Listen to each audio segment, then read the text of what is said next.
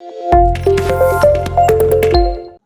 बघा, संत श्रेष्ठ संत श्री गजानन महाराज हे आपल्या सगळ्यांचं श्रद्धास्थान आहे आणि मी माझ्या जवळपास सगळ्या प्रत्येक कामाची सुरुवात ही संत गजानन महाराजांचं दर्शन घेऊन त्यांचे आशीर्वाद घेऊनच त्या ठिकाणी करतो।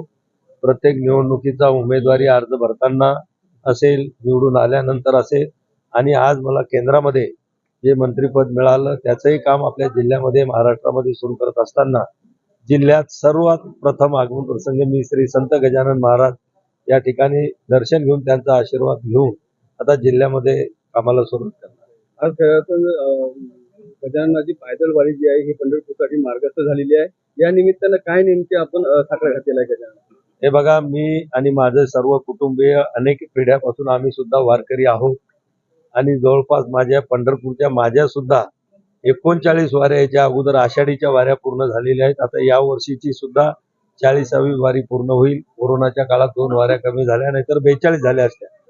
आणि संत गजानन महाराजांची जी पालखी पंढरपूरला प्रस्थान करते, मला वाटते साधारणतः किमान 2-3 वेळा तरी रस्त्यामध्ये कुठे दौरा असताना फिरताना त्या ठिकाणी मग त्या पालखीचं सुद्धा मी स्वागत करतो, दर्शन घेतो आणि आपल्या जिल्ह्यामध्ये ज्यावेळेस येते त्यावेळेसही दर्शन घेऊन बऱ्याचदा मी खामगाव ते शेगाव पैदल वारी सुद्धा संत गजानन महाराजांच्या पालखीसोबत केलेली आहे।